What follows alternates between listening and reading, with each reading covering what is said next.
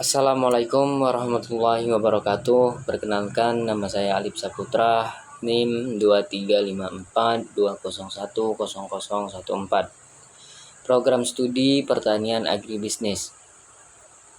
Baiklah, di sini saya akan menjawab tugas ujian tengah semester Pendidikan Agama Islam, dosen pengampu Dr. Herawati MAG. Yang pertama, hakikat manusia. Hakikat manusia adalah sebagai salah satu makhluk ciptaan Allah yang memiliki akal, kehendak, dan jiwa. Manusia diberi kedudukan yang paling mulia di antara makhluk lainnya.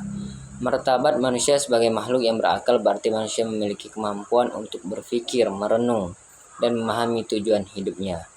Ini membedakan manusia dari makhluk lainnya. Tanggung jawab manusia sebagai khalifah adalah untuk menjaga dan mengelola bumi serta segala isinya dengan bijak dan bertanggung jawab. Manusia memiliki tanggung jawab moral untuk berperilaku adil, bertanggung jawab, dan menjaga keseimbangan ekosistem.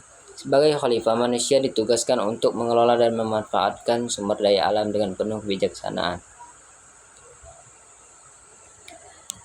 Salah satu ayat yang berkaitan dengan hakikat manusia ialah Quran Surah Al-Hujurat Surah 49 ayat 13 yang berbunyi, Bismillahirrahmanirrahim.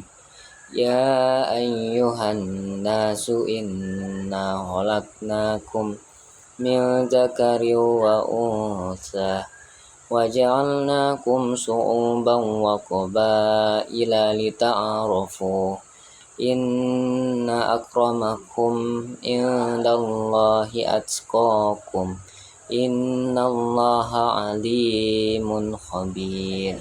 Yang artinya, hai manusia, sesungguhnya kami menciptakan kamu dari seorang laki-laki dan seorang perempuan, dan kami menjadikan kamu berbangsa-bangsa dan bersuku-suku, supaya kamu saling kenal mengenal. Sesungguhnya orang yang paling mulia di antara kamu di sisi Allah ialah orang yang paling takwa di antara kamu.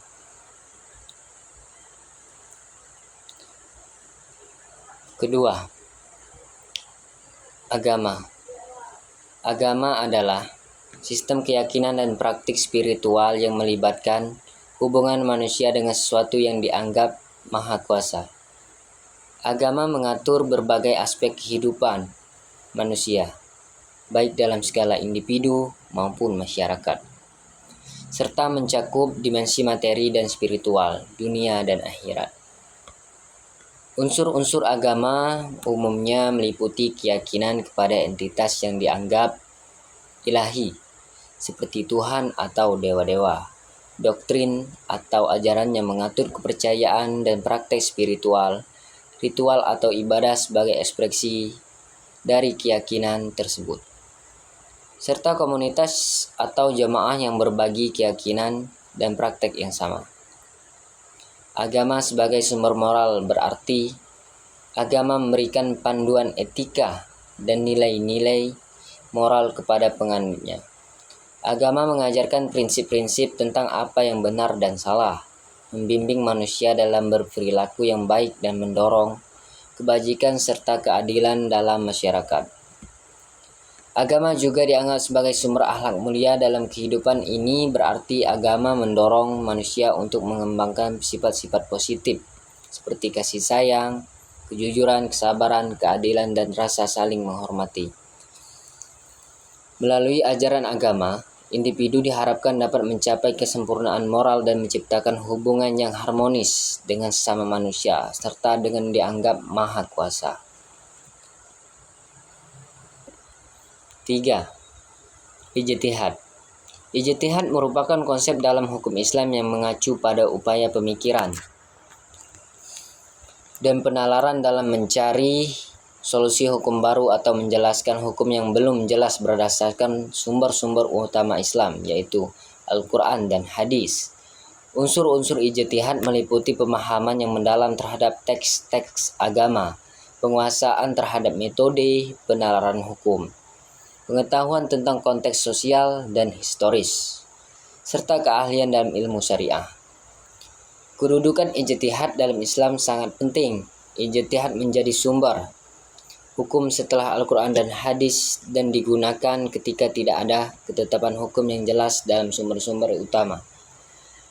Ijtihad memungkinkan para cendekiawan ulama untuk mengaplikasikan prinsip-prinsip Islam dalam menghadapi perubahan zaman dan kebutuhan masyarakat yang baru. Bentuk ijtihad dapat beragam. Ada dua bentuk utama ijtihad, yaitu ijtihad jama'i dan ijtihad pribadi. Ijtihad jama'i dilakukan oleh majelis cendekiawan agama untuk mencapai kesepakatan kolektif dalam menetapkan hukum baru. Sedangkan ijtihad pribadi dilakukan oleh individu cendekiawan agama yang memiliki keahlian di bidang hukum Islam untuk memberikan pendapat hukum baru atau menjelaskan hukum yang belum jelas. B. Urgensi ijtihad. Sebagai sumber hukum terletak pada kemampuannya untuk menghadapi tantangan zaman dan kebutuhan masyarakat berkembang. Dalam konteks yang terus berubah, ijtihad memungkinkan hukum Islam untuk tetap relevan dan dapat diaplikasikan secara adil dan bijaksana. Urgensi ijtihad juga terkait dengan interpretasi dan pengembangan hukum yang sesuai dengan nilai-nilai Islam yang mendasar, serta untuk menjawab isu-isu kontemporer yang belum diatur dalam sumber-sumber utama. Melalui ijtihad, para ulama dapat menghadirkan solusi hukum yang lebih luas dan fleksibel, serta memperhatikan kepentingan masyarakat dan kemaslahatan umum. Ijtihad juga memungkinkan adaptasi dalam merespon perubahan sosial, teknologi, dan tuntutan kehidupan modern, sehingga hukum Islam dapat memberikan panduan yang relevan dan bermanfaat bagi umat Islam. Baiklah, itu saja yang dapat saya jelaskan. Lebih dan kurang saya mohon maaf. Saya akhiri. Wassalamualaikum warahmatullahi wabarakatuh.